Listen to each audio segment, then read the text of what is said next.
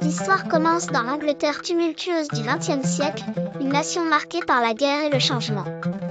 Élisabeth est née en 1926, dans la maison royale, alors que sa vie semblait déjà toute tracée.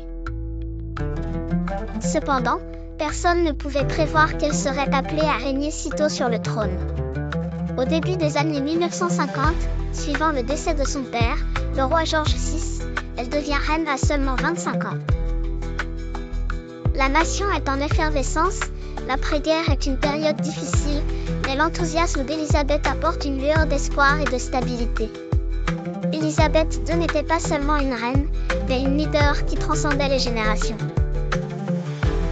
Sa première tâche consistait à moderniser la monarchie tout en respectant les traditions séculaires qui faisaient partie intégrante de l'identité britannique.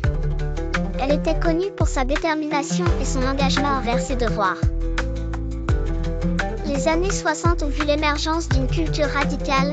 Face à cela, Élisabeth a su incarner une figure rassurante et constante. Ces rencontres diplomatiques n'étaient pas seulement de protocole, mais un reflet de sa capacité à façonner les relations internationales.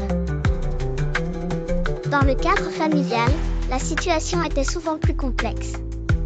Les mariages royaux étaient placés sous le microscope et sa relation avec ses enfants balançait souvent entre tradition et modernité. Elle a navigué à travers des périodes difficiles avec une grâce stoïque, même lorsque le vent était contre elle.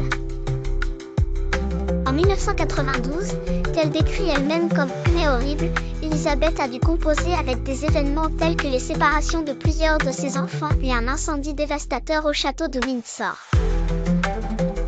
Son règne a été marqué par des évolutions sociales significatives.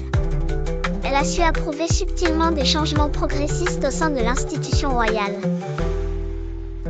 Chaque geste, chaque sourire diplomatique était minutieusement orchestré, mais portait une certaine spontanéité qui rassurait le public.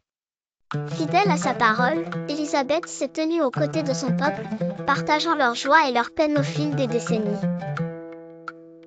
En fin de compte, la véritable force d'Élisabeth II résidait dans sa capacité à unir un royaume en pleine mutation.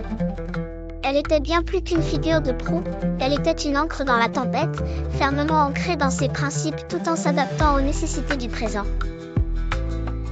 Son héritage est celui d'une reine qui a servi avec dévouement et humilité, une monarchie qui a évolué sous sa houlette tout en restant une constante dans un monde en perpétuel mouvement. Le siècle d'Élisabeth II, avec ses défis et ses triomphes, restera gravé dans l'histoire comme le testament d'une vie dédiée à servir son pays et son peuple avec une dignité inébranlable et un leadership durable.